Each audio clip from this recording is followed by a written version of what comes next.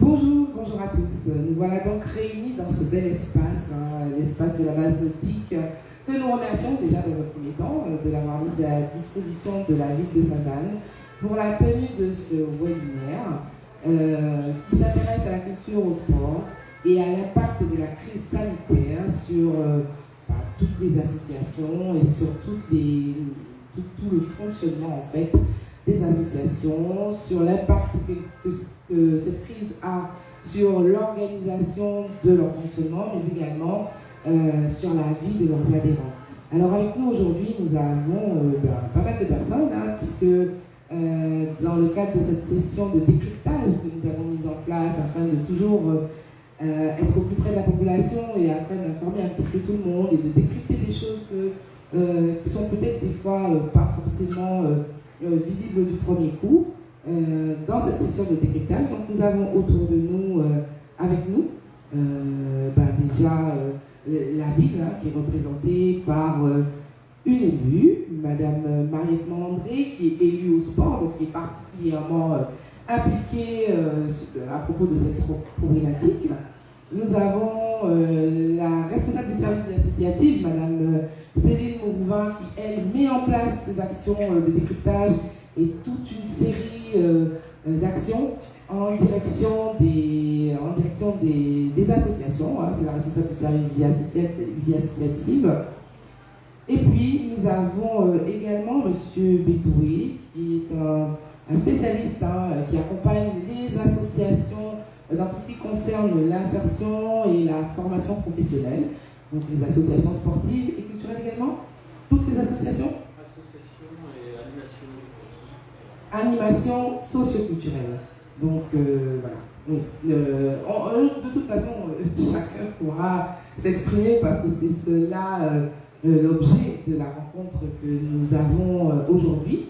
Nous avons également Monsieur Claude Valmur, qui est le président de l'association Percussion A, et qui, lui aussi, on se retrouve comme toutes les associations. On ne pouvait pas toutes les inviter, malheureusement, mais je pense qu'à partir de cela, on pourra mettre en place des choses et qu'on aura un petit rendu sur comment tout ce petit monde a vécu cette crise sanitaire. Avec nous également, Monsieur Sagan, qui est président de l'association Cadence et Tradition.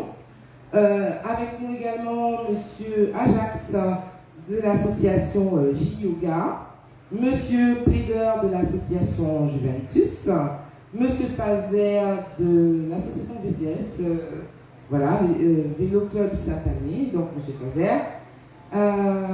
Et puis je crois que pour l'instant c'est un petit peu tout, mais peut-être que d'autres personnes viendront nous rejoindre en cours de session.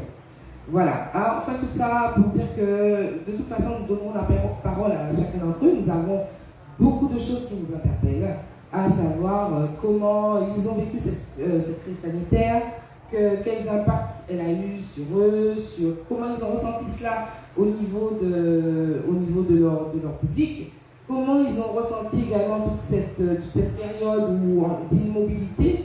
Maintenant que les choses ont repris, quelles sont les difficultés qu'ils rencontrent, comment ils considèrent toutes les dispositions qui ont été prises par rapport à tout ce qu'il faut mettre en place, un pass sanitaire.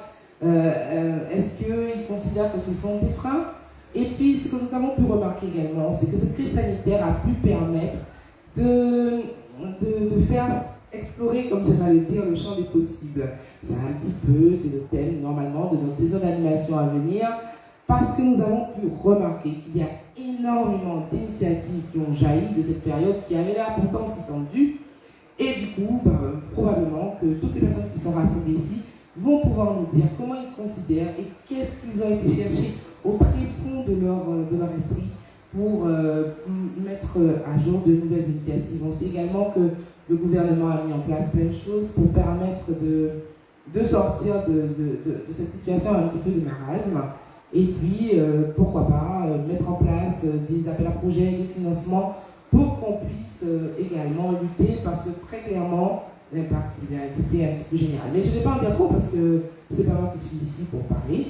Donc, ce qu'on va faire, c'est qu'on va passer le micro à chacune de ces personnes de façon à ce qu'ils puissent nous donner leur vécu par rapport à cette situation.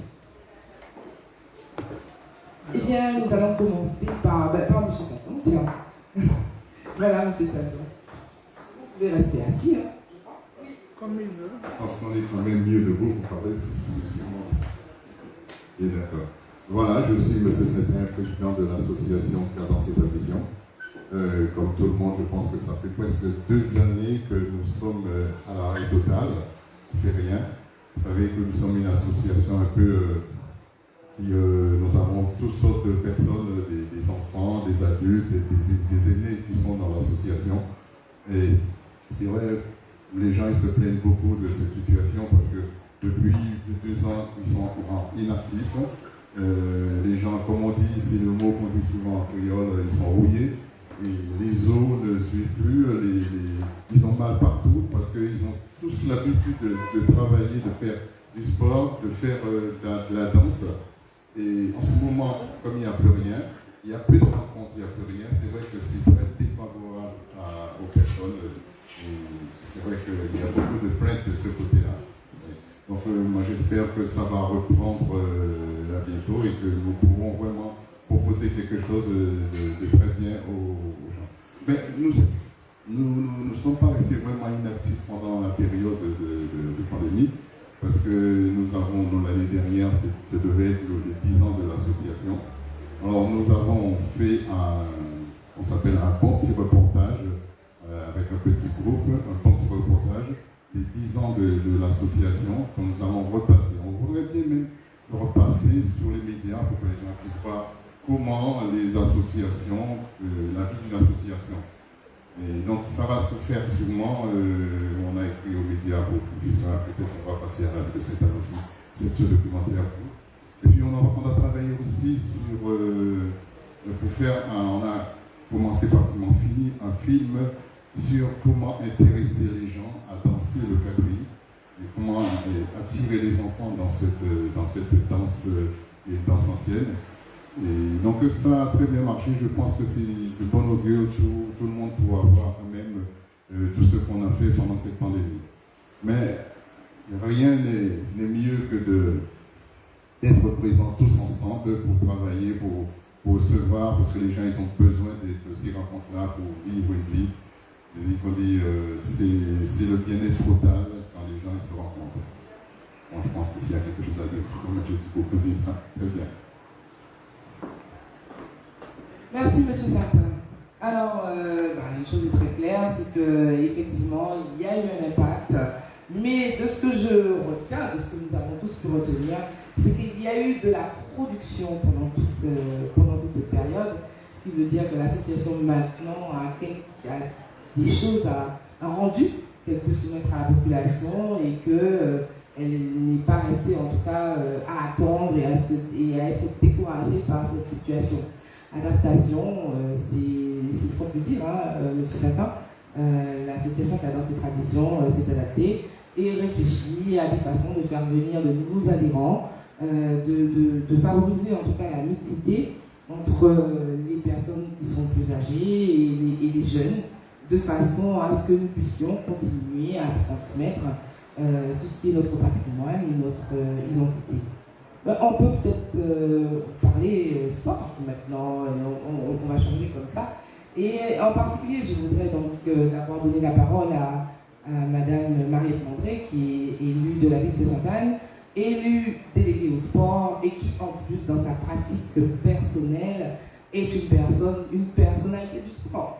Et elle, je pense que de là, elle peut très bien elle peut parler de ce que c'est et de ce qu'elle ressent. Je lui passe la parole. Alors, bonjour à tous. En tant qu'élu, déjà je vais commencer sur cette casquette-là. La première chose, c'est qu'on s'est vite rendu compte que ne plus donner les infrastructures aux associations, ça a été vraiment quelque chose de très compliqué pour les associations. C'est-à-dire qu'elles ont dû faire preuve d'imagination pour continuer leurs activités, pour ne pas perdre les adhérents, parce qu'on aura beau dire, mais sans les adhérents, ça devient compliqué de gérer l'association. Donc l'idée, ça a été vraiment de leur proposer d'envoyer des petits mails à droite, à gauche par rapport à différentes ressources qu'on aurait pu trouver des fédérations, envoyer pour les présidents pour qu'ils puissent avoir des idées, des initiatives pour ne pas perdre leurs adhérents, les garder en haleine de mars 2020 jusqu'à la fin de la saison en juin. Et pareil, quand ça a repris, pouvoir leur donner, les solliciter, en tout cas leur donner des billets. Autre chose, l'information énormément, c'est-à-dire dès que la préfecture donnait des initiatives, du moins donnait des directives, les relayer rapidement de manière à ce que nos associations puissent être les plus réactives possibles pour continuer leur activité. Donc en tant qu'élu, ça a été vraiment ça notre cheval de bataille, on va dire, vraiment pour permettre à nos associations de continuer à exister, de continuer à avoir leurs adhérents, de continuer à proposer, parce qu'on sait tous que sans adhérents, ça aurait été compliqué. Et puis perdre des adhérents, il n'y a rien de pire parce qu'il faut aller chercher, et un mauvais turnover, c'est compliqué. Ensuite, en tant que membre actif d'association, sincèrement, ça a été très compliqué. La période a été très compliquée pour garder nos adhérents, pour toujours envoyer des informations, les garder avec nous, qu'ils ne puissent pas se démobiliser, comme on a parlé tout à l'heure, le président de Cadence et Tradition. Ça a été vraiment de trouver d'autres lieux aussi, parce qu'il y avait un certain nombre de personnes à recruter, donc un nombre d'encadrants, on limitait les entraînements, on était obligé de faire des doodles. C'est-à-dire qu'on savait qu'on avait 2 entraîneurs, et ben c'était, à l'époque c'était 10 personnes au total, en tout cas, on a fait des entraînements d'athlétisme, donc c'était un encadrant pour 9 athlètes. Donc c'était un double, les premiers qui s'inscrivaient pouvaient s'entraîner, les autres les passer à la trappe. Donc c'était vraiment compliqué tout ça, c'était une période assez difficile, je ne vais pas mentir, et là ça continue, parce que là, ma casquette d'élu, en ce moment il y a des travaux au stade, donc en plus du Covid, avec les travaux, pareil, donc l'infrastructure n'est pas forcément accessible. Et ça aussi, ça pose quelques problèmes. À cela s'ajoute le pass sanitaire. Aujourd'hui, tout le monde connaît la réalité de la Guadeloupe par rapport à la vaccination, par rapport au nombre de personnes qui ont le pass sanitaire. C'est super compliqué. L'appareil faut faire preuve d'inventivité. Il faut trouver des solutions d'entraînement, d'encadrement, pour faire les activités en dépit du pass, tout en ayant, tout en permettant lors des d'avoir à ce moment-là le test scientifique. Donc voilà, c'est beaucoup de réflexion, beaucoup d'ingéniosité qu'il faut trouver de manière à ce que les activités continuent. Donc en tant qu'élu, moi ce que je peux dire, c'est qu'il faut que les associations continuent à être préventives, qu'on puisse continuer à avoir nos 3000 licenciés sur le territoire. Voilà. Merci Madame André, très clairement, les associations, je pense que toutes les municipalités, tous les politiques, à tous les niveaux et à tous les échelons, départementaux, régionaux, tout le monde sait que les associations sont l'animation du territoire en particulier. Donc très clairement, là nous avons eu le point de vue donc, de l'élu, mais également de la sportive, de la licenciée et aussi de la personne qui est chargée d'entraînement. Donc ce qui veut dire qu'on a une vision vraiment très élargie de ce qu'il peut y avoir comme obstacle qui se présente devant toutes ces personnes. Mais nous, ce qu'on veut, qu'est-ce qu'on veut? C'est qu'on veut que nos enfants continuent à faire du sport. On veut que quelque part, il y en ait qui se professionnalisent et que le sport et la culture également deviennent des leviers d'insertion. Que veut-on d'autre? On veut que le sport, puisqu'on sait que ça participe à la santé, au bien-être. Donc, et on sait aussi également que cette situation a généré mais vraiment beaucoup de stress et beaucoup finalement de troubles de santé mentale. Donc on veut également que notre population soit bien dans sa tête, bien dans son corps. Et c'est pour ça que je vais passer la parole à M. Bédoué, qui va nous parler un petit peu insertion, professionnalisation, formation et ce qu'il voit. Voilà. On continue notre petit tour comme ça. Je passe la parole à M. Bédoué. Merci beaucoup. Alors, c'est vrai que cette période, pour notre association, Profession Sport, dans un premier temps, on a dû accompagner nos adhérents, puisque la plupart du temps, une de nos missions, c'est pour les associations qui sont employeuses, de réaliser toutes les tâches administratives liées à l'emploi. Donc fiche de paye, déclaration, URSSAF. Et donc, dès lors qu'il y a eu cette crise sanitaire, les associations ont rencontré des difficultés, notamment sur le chômage partiel, puisqu'on a affaire la plupart du temps à des bénévoles associatifs, dont la présidence, c'est pas leur métier de gérer l'emploi. Donc on a dû, dans un premier temps, accompagner toutes ces associations qui se posaient des questions sur comment perdre moins d'argent lorsqu'on a des employés, grâce au chômage partiel. Et puis après, il y a eu toutes les annonces de l'État concernant les plans de relance, les aides. Alors là, c'est vrai qu'on parlait beaucoup d'entreprises, mais on parlait pas souvent d'associations. Or, les associations qui emploient du monde sont pour moi des entreprises associatives.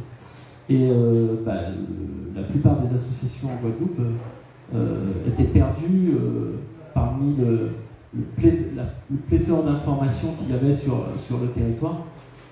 Donc il y a eu un gros travail d'accompagnement à la structuration de l'entité associative qui pour moi en Guadeloupe est très présente et très importante. On l'entend parmi les témoignages. Et lors qu'il y a eu cette crise sanitaire, on nous a empêchés de nous voir. Et l'association est un vecteur de lien social très fort, que ce soit le sport, la culture, la danse, le service à la personne. Et d'un seul coup, on n'avait plus possibilité d'avoir nos adhérents en présentiel. Et alors moi, je le vois plutôt. Alors c'est vrai que c'est très compliqué avec ce pass sanitaire. Les présidents aujourd'hui ont une responsabilité à la fois civile et pénale. Et avec cette crise sanitaire, il y a eu plein de textes réglementaires. Et la difficulté pour ces associations, c'était d'appréhender tous ces textes juridiques et de se dire il ne faut absolument pas qu'on ait de cluster dans les associations parce qu'il en va de la responsabilité du dirigeant associatif. Donc dans un premier temps, beaucoup de présidents de clubs et d'associations ont dit on arrête complètement l'activité parce que je ne veux pas prendre de risques. Et puis on nous l'impose. Et puis après, petit à petit, et on voit bien aujourd'hui, on est en webinaire, les associations, avec la technologie, ont trouvé des solutions. Vous parliez de reportages, de films. Donc, on a vu, nous, dans le sport en tout cas, des éducateurs qui utilisaient les réseaux sociaux, Instagram, Facebook, pour dispenser à distance des cours de stretching, des cours de remise en forme. Et là, on voit un peu la transformation de notre métier aujourd'hui. Et j'ai pu assister à beaucoup de webinaires avec des collègues de métropole. Et le constat qu'on a fait, c'est que si les associations ne prennent pas le pas de la digitalisation aujourd'hui, il va manquer quelque chose, puisque quand on regarde le schéma économique d'une association, c'est avant tout la rentrée des cotisations, les adhérents, et deuxième chose, c'est les subventions publiques.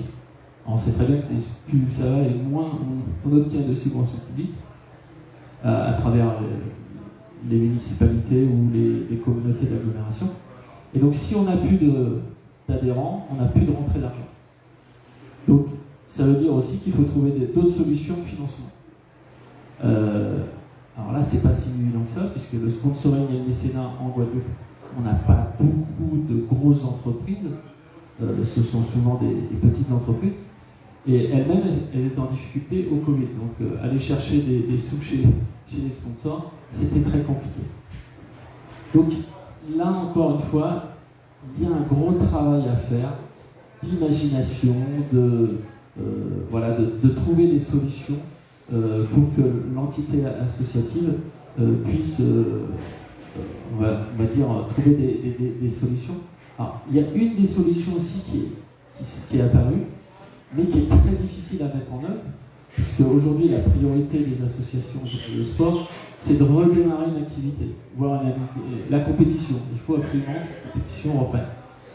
Alors moi, j'ai été voir les associations et je leur ai dit, mais c'était une opportunité de créer de l'emploi, d'aller chercher de l'emploi. Et donc le gouvernement a mis en place un plan de relance autour de l'apprentissage, l'emploi de nos jeunes puisqu'on sait que c'est une difficulté sur notre territoire. Et aujourd'hui, on a pu mettre en place, avec certaines associations sportives et des centres de loisirs, notamment, les accueils collectifs de mineurs, un plan de formation, parce que le gouvernement aujourd'hui a dit, si vous embauchez un jeune dans votre association, vous pouvez bénéficier d'une aide exceptionnelle de 8 000 euros. Et quand on regarde à quoi servent les 8 000 euros, ça sert à couvrir la quasi-totalité du coût d'un salaire d'un apprenti. Alors, les associations disaient, ouais, mais nous, on n'a pas d'activité, on ne va pas embaucher quelqu'un si on n'a pas d'activité. Mais cette personne, elle n'est pas là uniquement pour encadrer. Pour l'instant, on ne peut pas encore le faire, ça redémarre tout doucement. Elle est là aussi pour développer l'association. Les réseaux sociaux, la communication, le sponsoring, aller chercher des subventions, les appels d'offres, les appels à projets. Donc je crois qu'il y a une réelle opportunité à saisir dans cette crise à la fois sanitaire et économique. Pourquoi pas de structurer encore mieux l'entité associative qui est présente en Guadeloupe aujourd'hui, que ce soit dans le secteur du sport ou que ce soit dans le secteur de l'animation, de la culture. Et il faut vraiment saisir cette opportunité on va dire, d'insertion de nos jeunes au sein des associations. Je ne dis pas que c'est la solution et je ne dis pas que c'est facile, mais en tout cas, il y a moyen de créer de l'emploi dans le milieu associatif. Merci M. Bédoué. M. Bédoué qui a attiré notre attention sur le fait que les associations emploient du personnel et que quelque part, elles se sont retrouvées face aux mêmes difficultés que rencontrent les entreprises, même si elles ne sont pas à vocation, qu'elles n'ont pas une vocation de faire du profit.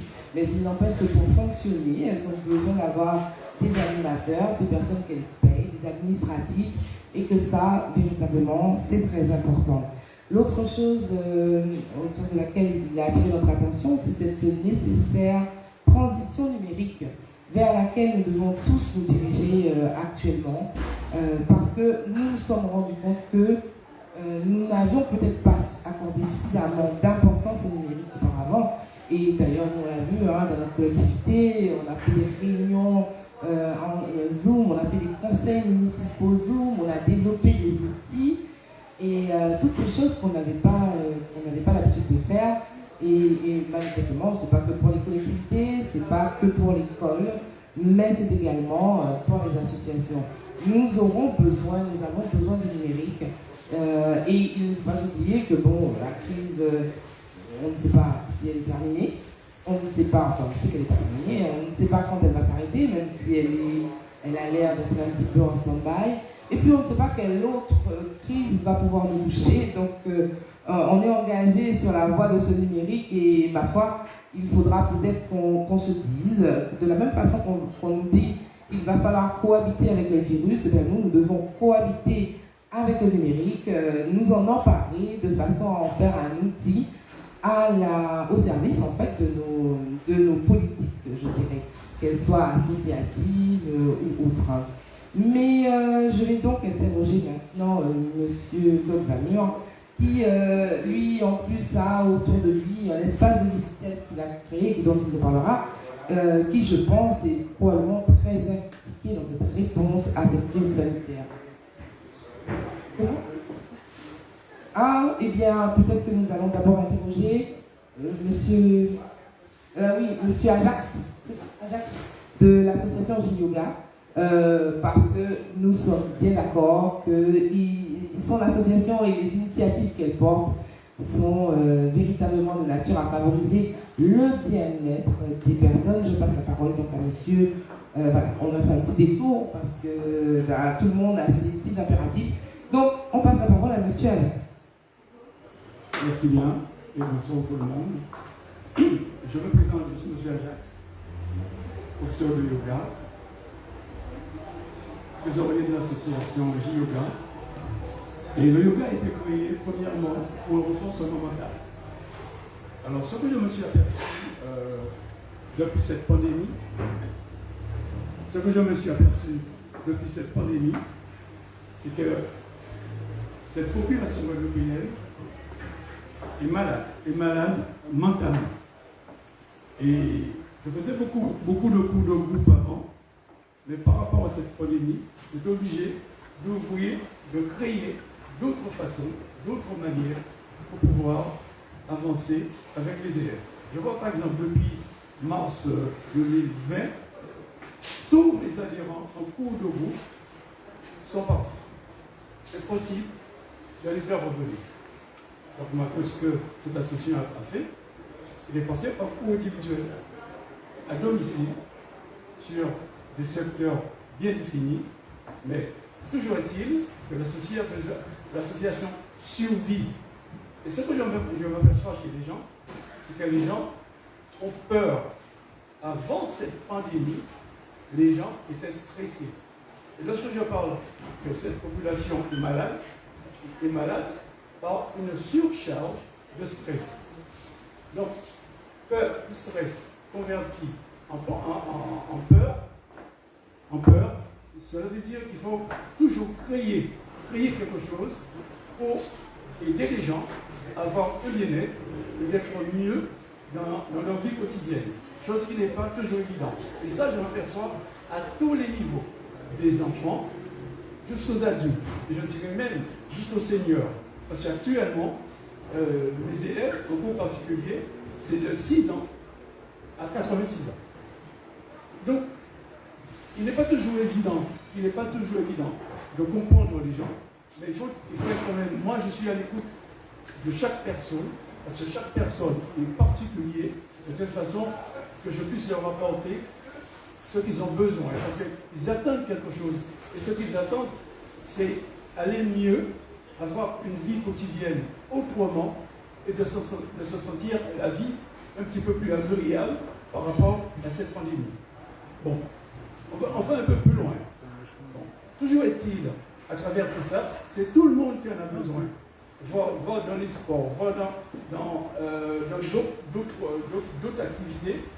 Ils ont besoin un peu de yoga pour les aider à être autrement, à être mieux et avoir un bien-être. Bon. C'est vrai aussi que j'enseigne le yoga thérapeutique, puisque si la tête explose par la peur, par le stress, donc à ce moment-là, ça crée certaines pathologies dans le corps de l'être humain. Donc à travers ça, il faut trouver la solution pour les accompagner et pour que ces gens-là puissent aller mieux. Et c'est ce travail que je fais depuis le mois de mars 2020. Et pour quelle raison? Parce qu'il faut évoluer par rapport à l'attente des gens. Si on n'évolue pas par rapport à l'attente des gens, nous-mêmes, nous avançons ensemble. Les élèves et moi, nous avançons ensemble. Ce n'est pas que les élèves avancent et que je les suis, c'est nous qui avançons ensemble. Et à partir du moment qu'on a compris ça, ça veut dire que nous voulons que les choses soient mieux, les choses soient plus fluides, et les gens se sentent mieux, et que les gens avancent aussi, et les gens s'adaptent aussi à cette pandémie. Parce que cette pandémie n'est pas finie. On ne sait pas encore pour combien de temps. Bon, mais c'est pas fini, et on peut tenir compte de ça. Bon, il y a un mieux ces temps-ci pour nous, en Guadeloupe. Bon, tant mieux, mais j'espère que ce mieux va permettre aux adhérents de revenir un petit peu vers les associations, parce que s'il n'y a pas d'adhérents, il n'y a pas d'association. Et sur ce, je vous remercie infiniment de m'avoir écouté. Merci beaucoup, monsieur Ajax. Santé mentale, ça c'est vraiment quelque chose de très important.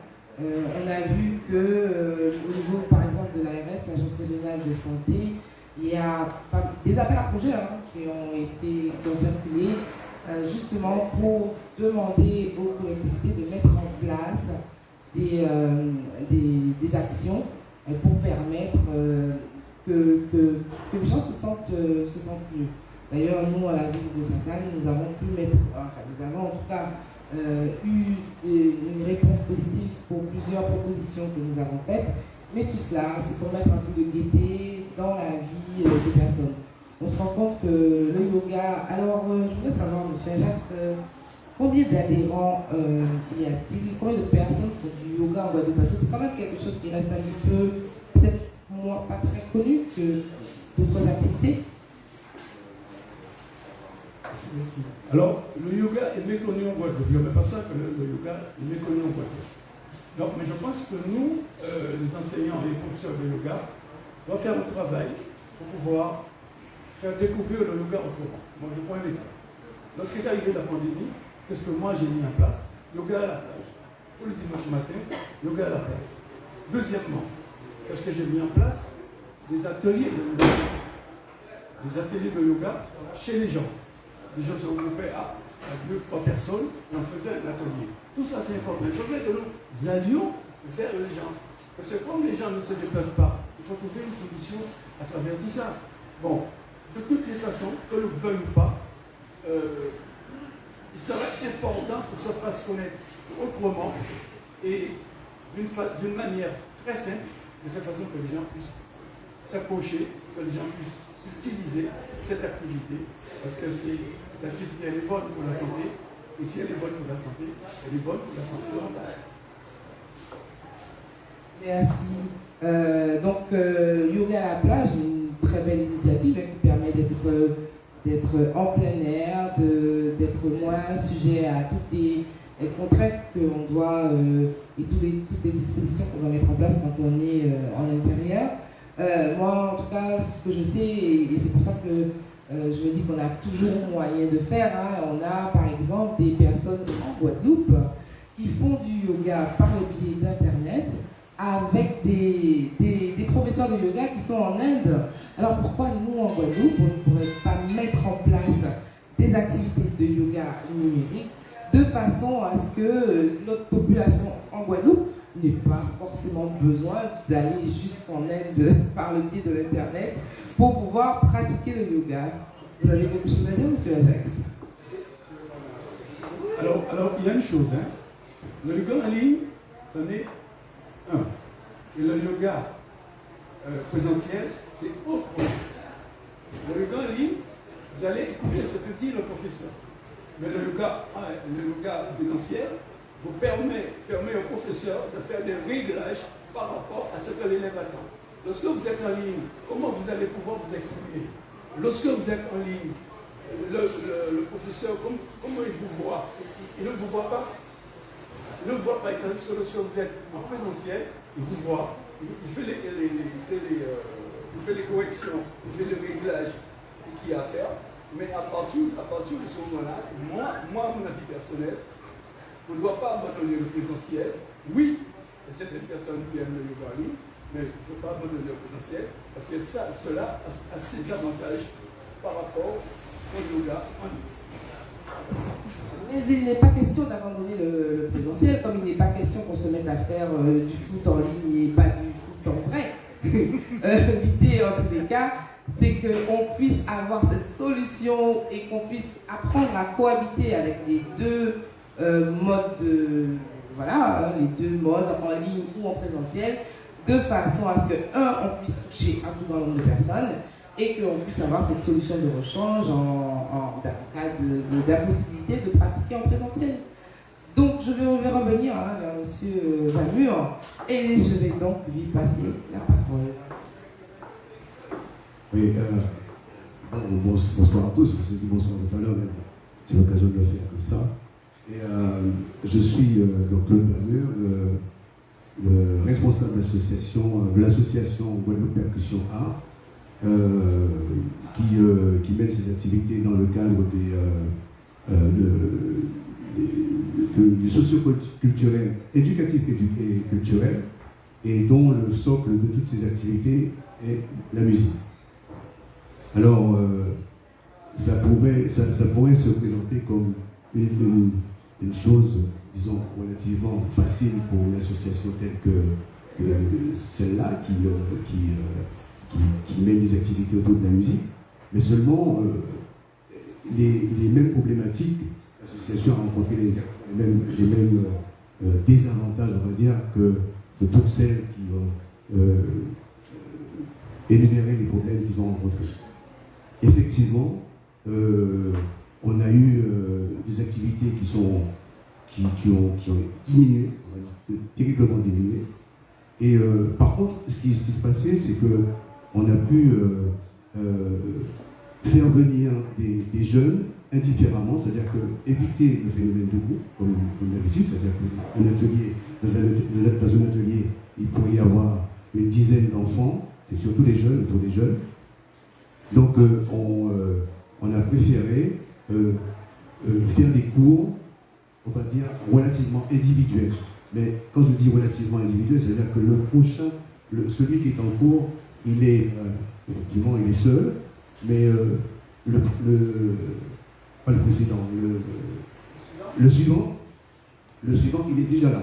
Il est déjà là et il écoute ce qui se passe, parce qu'en fait, le soin de l'association, le soin du travail de l'association avec cet apprentissage musical, c'est que le travail de l'un profite à l'autre.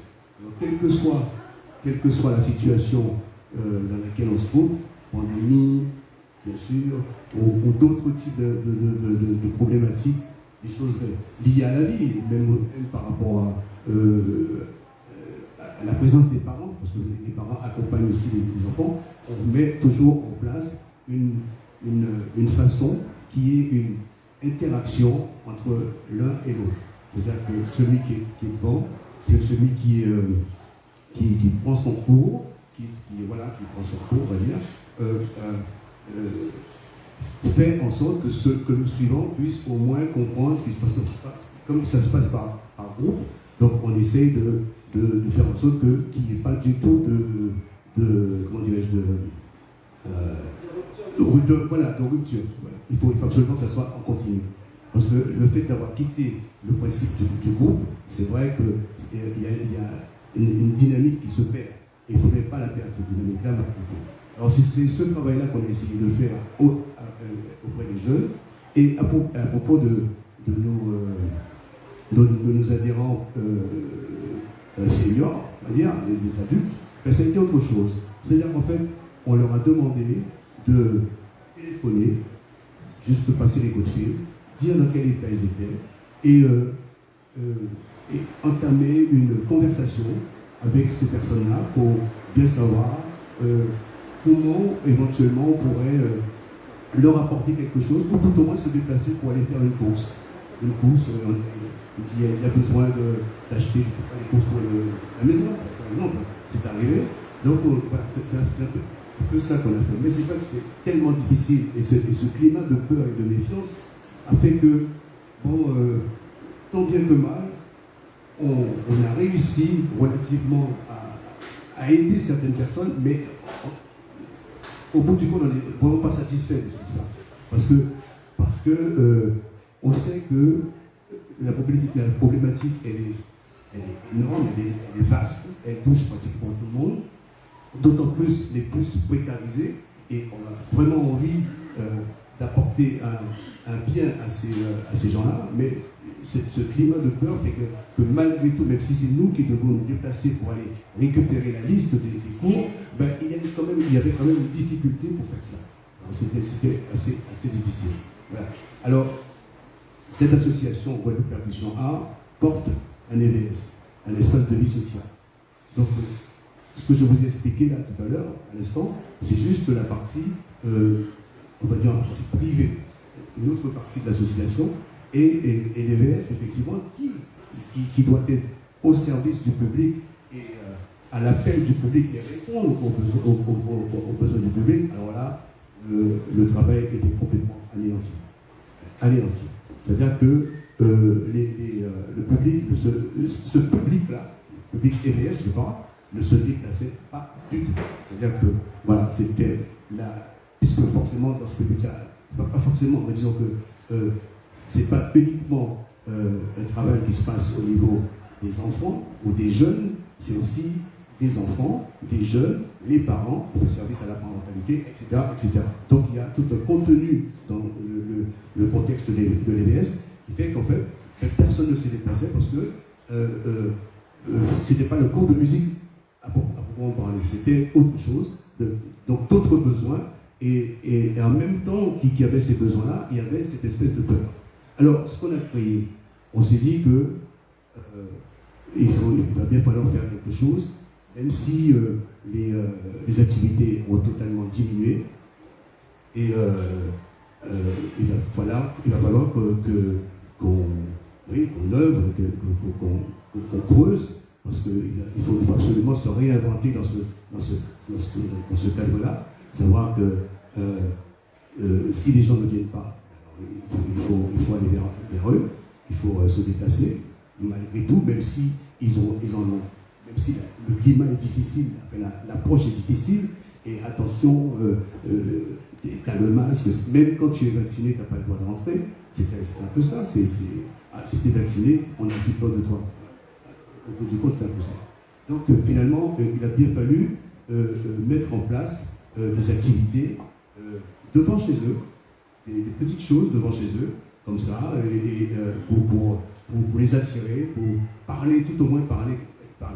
Et maintenant, ce qu'on est en train de faire, ce qui rejoint un peu ma présence ici aujourd'hui, je suis content que l'élu au sport est là, parce que on s'est dit qu'on va porter toutes ces choses, toutes ces petites activités-là, à l'extérieur carrément. À l'extérieur carrément, et créer une manifestation hors les murs, parce que effectivement le côté présentiel, c'est hors les murs, et effectivement on a choisi la plage, l'eau et la mer, et donc la base nautique, pour présenter mener une manifestation le 28 de ce mois-ci, dont on entendra parler bientôt de ce moment-là, et une manifestation autour de la culture et la musique.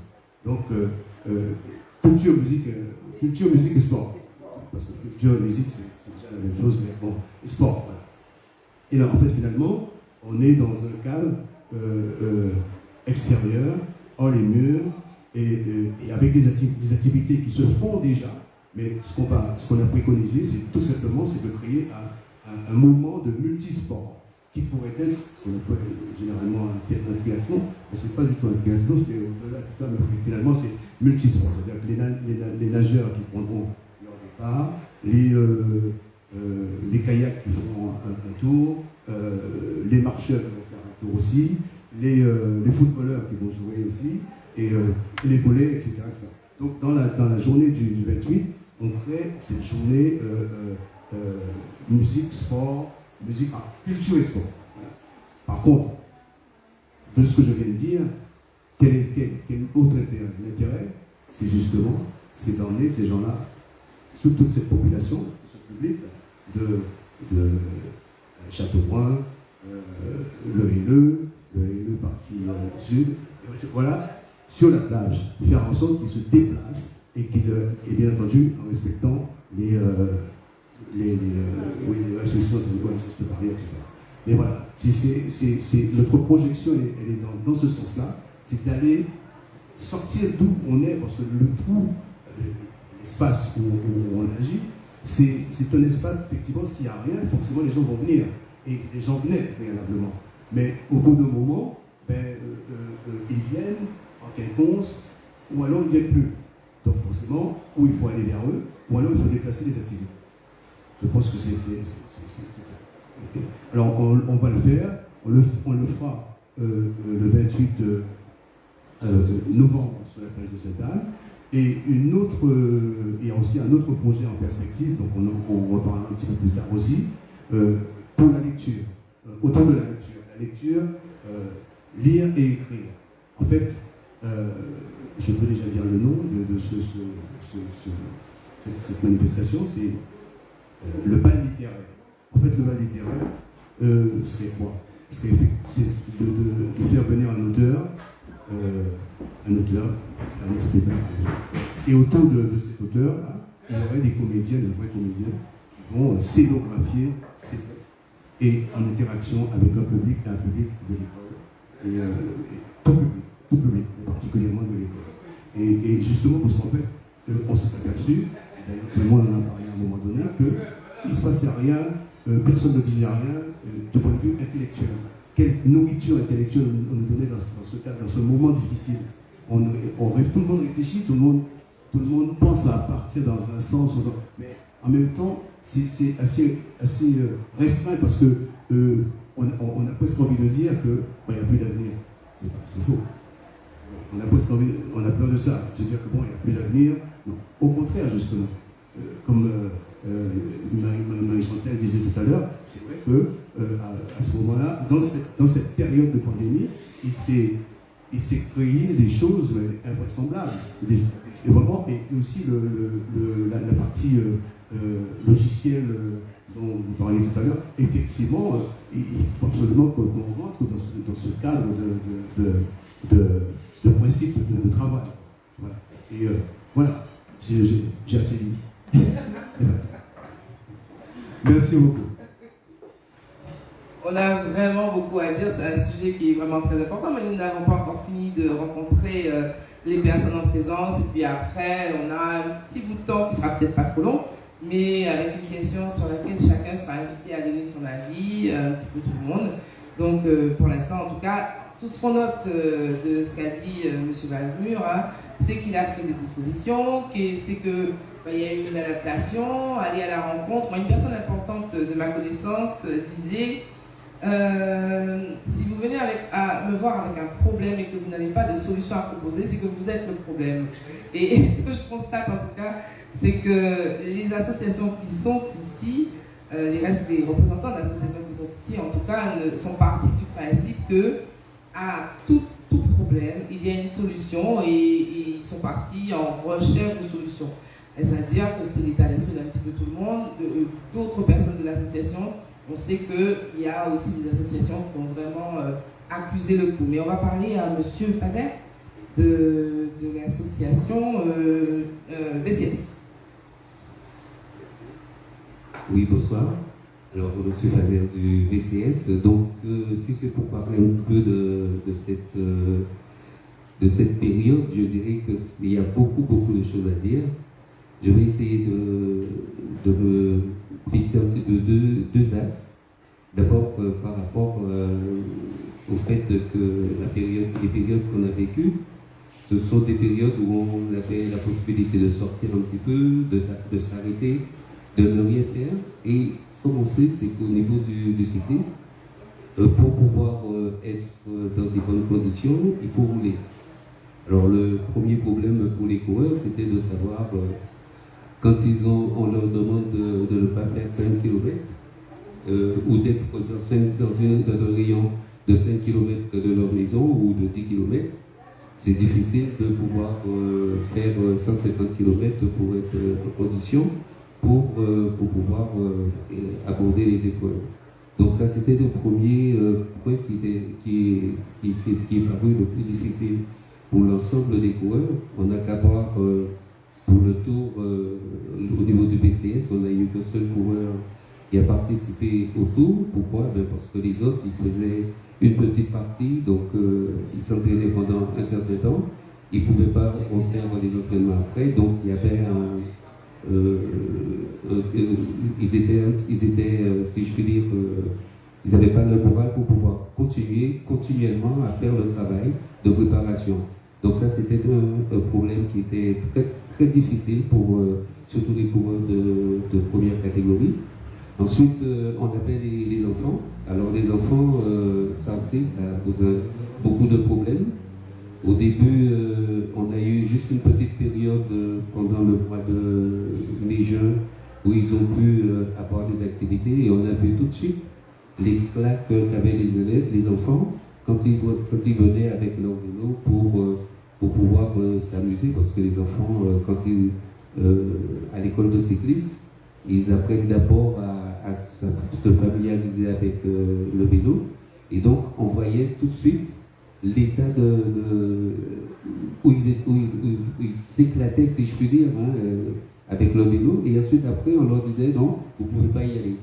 Et ça faisait quelque chose de très mal pour les enfants, parce qu'ils ne comprenaient pas qu'ils ne pouvaient pas venir s'entraîner avec leurs copains pendant le mercredi ou le samedi. Donc ça, c'était une difficulté qui s'amorçait, qui s'est produite pendant toute la période. Et jusqu'à présent, bon, ben, les choses ne sont pas encore totalement en bonne voie. Et le deuxième problème, c'est le problème financier. Au niveau des associations, surtout des associations cyclistes. Pourquoi? Parce que pour pouvoir avoir les moyens pour mettre en place les politiques qu'on espère développer, il faut des moyens financiers. Et les moyens financiers, on les a comment? D'abord par les sponsors, et ensuite au niveau des manifestations festives qu'on peut mettre en place. Donc sur les manifestations festives, il n'y avait pas de possibilité parce qu'on avait le droit de rien faire. Donc ce qui fait que c'est zéro pour cette partie-là. En ce qui concerne le sponsoring, quand on fait du sponsoring, ça veut dire que la personne qui vous donne, qui vous sponsorise, il veut voir ses couleurs. Et comme les couleurs, on ne peut pas les faire, les mettre en avant au niveau des courses, parce que déjà il n'y en avait pas. Donc ce qui fait qu'à ce niveau-là, non plus, eh bien, on n'a pas de quoi pouvoir alimenter la caisse, les caisses, ou du moins si on peut dire, et ça pose d'énormes problèmes. Ensuite, bon, c'est vrai qu'on s'est un petit peu adapté parce qu'il fallait en même temps que l'association puisse survivre, si je veux dire. On dit survivre parce que ça a été, jusqu'à présent, c'est assez difficile. Et même en ce qui concerne les conseils d'administration, on était obligé de le faire par Zoom, de façon à tenir un petit peu en haleine de l'ensemble des membres du conseil d'administration. Et ça, ce sont des points qui sont quand même très difficiles à supporter, et on voyait effectivement la distance que prenaient beaucoup de personnes par rapport au travail associatif. Alors c'est vrai que tout ce phénomène, moi j'ai un regard très critique parce que M. Rabier a parlé de peur tout à l'heure, mais c'est vrai qu'il n'y avait pas simplement cette peur, mais cette peur c'est une peur qu'on a créée volontairement. Et c'est ça qui est le plus difficile à admettre, parce que c'est vrai que quand on parle de pandémie, bon, moi je le mets un petit peu entre guillemets, excusez-moi, mais je le mets entre guillemets un petit peu, mais c'est surtout le problème qui se posait, c'est la façon dont on arrivait à percevoir les échos de cette pandémie. Et c'est ça le plus gros problème. Parce que ce soit au niveau des enfants qui ne comprenaient pas, même les adultes, ils ne comprenaient pas pourquoi on leur demandait de ne pas se déplacer à plus de 5 km de chez eux. Et ça nous a posé un problème énorme, et ça pose encore un problème. Et je pense que là, on a vu une petite lueur. Je ne sais pas si ça va continuer. Nous, en ce qui nous concerne, donc, au niveau de l'ensemble de l'équipe, on va recommencer ce week-end à prendre la partie physique, de reprendre la partie physique. Mais c'est vrai que je leur demandais, mais on reprend la partie physique, mais on ne sait pas pour combien de temps. On ne sait pas pour combien de temps, parce qu'on a une lueur maintenant, mais cette lueur, on va l'avoir pendant combien de temps? Et ça donne un point d'interrogation qu'on n'a pas encore la solution. Alors je voulais aussi revenir juste sur un petit point, parce qu'on a parlé, comme André parlait de passe sanitaire. J'ai noté sur mon cahier que ce passe sanitaire, il est actuellement gratuit jusqu'à, bien entendu, au 7 décembre. Alors à partir du 7 décembre, comment les associations vont faire? Il faut qu'ils puissent encore dans leur caisse pour aller faire un pass sanitaire pour que les enfants puissent faire du sport. Non, ce n'est pas pensable. Ce n'est pas pensable. Ce pass sanitaire, je ne vois pas à quoi ça sert. Donc là aussi, ce sont des questions qu'on doit se poser, mais on doit se le poser directement, parce qu'on a peur de parler de ces trucs-là. On a peur d'en parler parce qu'on ne veut pas faire, disons, j'allais dire, de ne pas, si je puis dire, de ne pas être en opposition à certains qui donnent les ordres, alors que ça ne sert à rien. Donc on va demander aux associations, à partir du mois de décembre, de payer encore pour faire des passes sanitaires. Mais non, ça veut dire que les enfants ou les personnes qui font du sport, soit ils vont s'arrêter, ou bien des associations, je ne sais pas comment il faut faire, pour avoir des financements pour pouvoir le faire. Donc ce sont tous ces points-là qui sont en essence et que j'espère pouvoir bien trouver des solutions pour la suite. Merci Monsieur Fazer. On voit que tout le monde s'adapte, tout le monde cherche des moyens. Vous avez mis en place des dispositions. On a compris ce qui s'est passé par exemple pour le Tour de la Guadeloupe où nos coureurs n'ont pas pu se préparer suffisamment. On va espérer que ça va changer. Bon, pour le pass sanitaire, juste peut-être, mais enfin pas véritablement se positionner là-dessus, mais juste pour dire qu'il s'agit d'un pass sanitaire et que le pass sanitaire, c'est pas le test PCR. Et que du coup, le pass sanitaire, c'est plusieurs choses, et que c'est le test PCR qui est payant et pas forcément le reste. En tout cas, ce qu'il faut savoir, c'est que nous, on a des dispositions qui nous sont, auxquelles nous devons nous conforter. Et puis également, que on peut dire qu'on voit peut-être les effets de tout ce qui est mis, en œuvre. Donc, en tout cas, on ne va pas s'éterniser sur l'histoire du pass parce que le temps presse et que peut-être qu'on va en faire quelque chose pour parler. Et puis, les débats sont lancés maintenant. Ça veut dire que toutes ces personnes que vous êtes, avec les élus, de pouvoir avoir des discussions avec les adhérents, avec monsieur Pédré qui accompagne les associations et qui pourra nous faire des propositions de solutions. En fait, l'idée, c'est que c'est un embryon de parole qui, logiquement, devrait se poursuivre. Et pour poursuivre, nous allons donner la parole à M. Plitter de l'association Juventus. On sait, par exemple, que l'organisation des courses, même actuellement, quand je dis courses, des manifestations sportives, les choses avec le préfet. En fait, il y a vraiment beaucoup de choses à dire encore et je pense que M. Plitter va nous en dire plus. Ouais, bonjour à tout le monde, bonjour à ceux qu'on a déjà vu. Au niveau de la Juventus, ce qu'il faut savoir, c'est qu'en fait, on est un club omnisport. Donc, on est affilié à 3 ligues. Et donc, on dira que chaque ligue a un mode de gestion de la crise qui est différente. Et donc, en tant qu'association omnisport, on doit prendre tout ça en compte pour pouvoir organiser nos différents sports. Donc, sur la partie athlée, je pense que Mariette en a un petit peu parlé. Déjà, je ne vais pas revenir dessus. Sur la partie basket, malheureusement, tout est au point mort, parce qu'avec leur ligue, ils sont. Enfin, on va dire que tout est arrêté encore pour l'instant, parce que c'est encore un peu plus compliqué pour eux.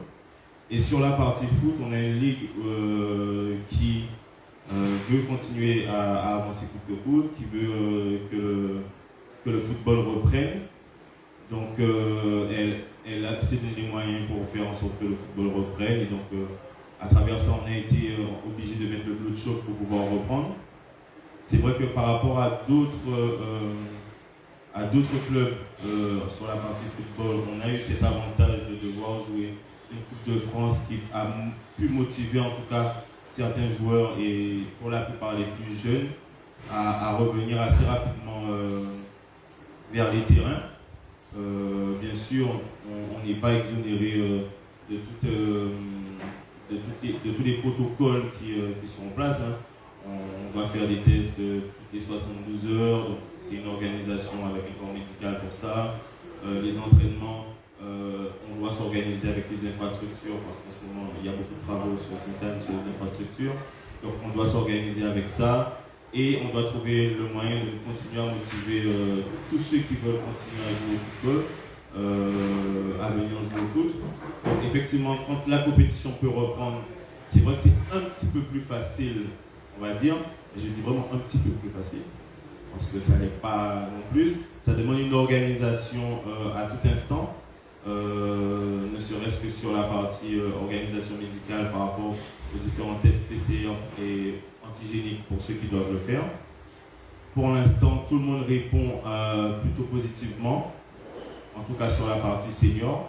Tout le monde joue le jeu pour l'instant, à savoir jusqu'à quand. Parce qu'au-delà même de ce que nous avons évoqué, le paiement des tests, il y a le fait de devoir tous les 3 jours devoir mettre quelque chose dans son nez. C'est pas quelque chose non plus de très agréable.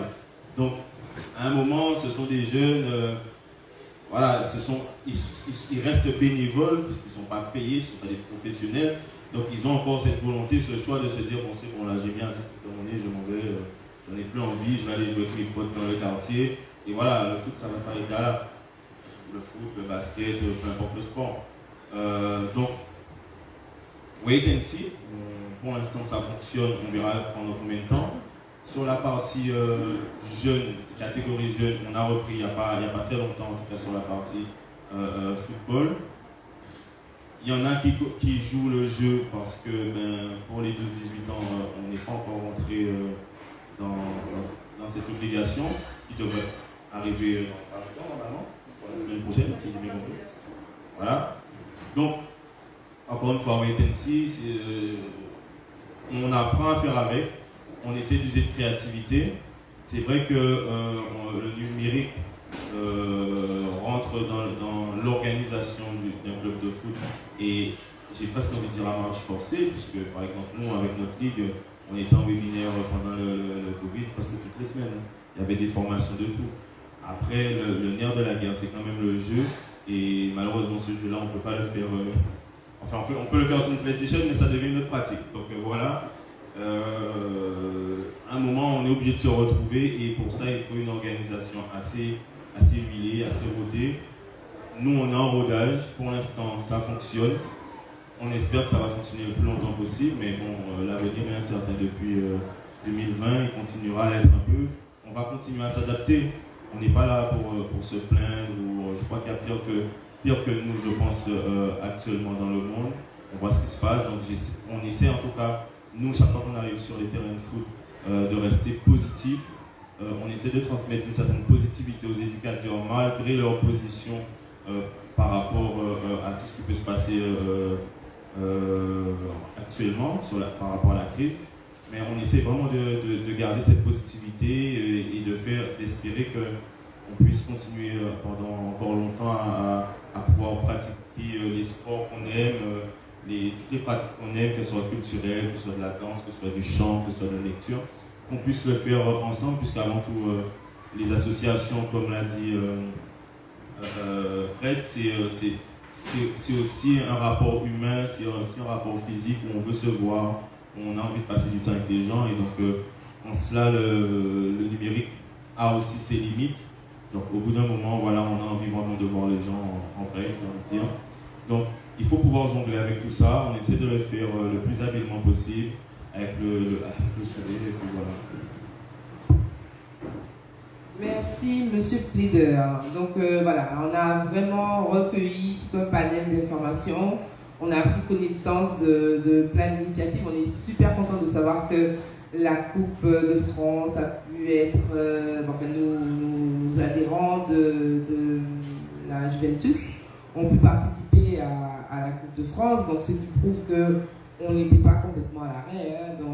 Et de toute façon, quand je vous entends, je vois bien que ça n'a pas continué comme on le voulait, mais qu'à partir de maintenant, on va pouvoir avancer avec de nouvelles connaissances, de nouveaux modes de fonctionnement, et que même si ce ne sera pas le déterminant, on a bien dit, hein, c'est la culture, c'est le sport, mais tous ces outils avec lesquels on a appris à fonctionner, on ne va pas les abandonner, on va les emmener avec nous. On est malheureusement un peu tributaire des horaires parce que s'il commence à faire noir, on ne se verra plus du tout hein, dans le fonctionnement qu'on a en webinaire. J'aurais peut-être il y a plein d'autres questions, hein, donc ce qui veut dire que je vais demander à Céline Mourvin, de pourquoi pas prévoir quelque chose qui puisse nous permettre de continuer à nous voir, mais on va quand même, parce qu'il y a plein d'autres questions, mais on va quand même en poser une dernière. Hein. Quelles sont pour vous, qu'est-ce que vous voyez comme perspective? Et là, c'est qui veut prendre la parole, et ce sera notre mot de conclusion. Voilà. Qui veut prendre la parole? Quelle perspective? Qu'est-ce que vous voyez? Quels horizons? En termes de perspective, c'est vrai que les cartes sont un peu brouillées, mais les perspectives, moi, je préfère les voir positivement, puisque malgré tout, c'est une maladie qu'on commence à connaître de mieux en mieux, et j'imagine quand même que l'intelligence qu'on a dans ce monde fera qu'on va trouver des parades pour contrecarrer cette maladie de manière beaucoup plus pérenne. Et donc forcément, je vois un retour à la normale, même si ce n'est pas pour la prochaine année, mais dans les prochaines années. Je ne crois pas qu'on vivra éternellement avec ce virus. Peut-être qu'il y en aura d'autres, je ne sais pas. Mais en tout cas, je suis assez positif, puisque c'est une belle période d'opportunité aussi. Et si, surtout en Guadeloupe, si on apprend à les saisir, je crois qu'on pourra passer un cap, excusez-moi, je trouve qu'on aime parler beaucoup en Guadeloupe, mais à un moment où il faut agir, et je pense que c'est une période qui peut rebattre des cartes et où on peut agir et devenir plus créatif. Monsieur Plaider a tellement bien résumé la situation qu'on a l'impression qu'il a vraiment tout dit. Et puis ce qu'il y a de bien dans son discours, c'est que c'est vraiment quelque chose de positif. Effectivement, on a bien vécu toutes les autres pandémies précédentes, hein, le choléra, les choses comme ça. On va dire qu'on va vaincre le... Oui, et qu'on va vaincre cette pandémie-là, et que du coup, on sera peut-être mieux armés s'il y a une prochaine qui se présente, et on va aussi espérer qu'il n'y en aura pas de prochaine. Notre idée, en tout cas, c'est de travailler dans un objectif ODD, développement durable.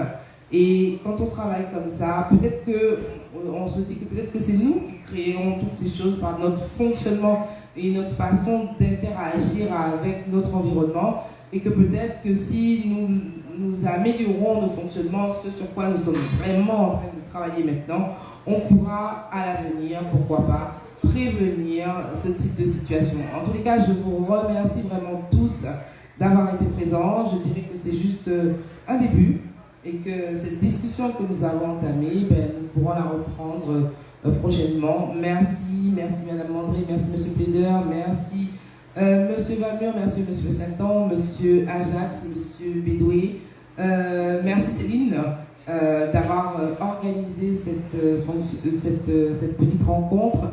Merci à Vidian, notre caméraman de la ville, qui est présent et qui nous a apporté toute sa technologie pour que cette action puisse se mettre en place. Et bien évidemment, pour terminer, merci à Monsieur Chipotel et à Monsieur Hildebert de la base nautique pour avoir permis que cette rencontre puisse se tenir dans leurs locaux. Je vous souhaite à tous une très belle soirée.